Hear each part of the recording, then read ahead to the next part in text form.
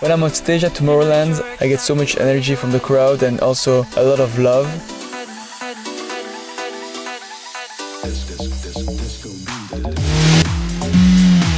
It's great when I'm driving because I feel connected to the car and my music.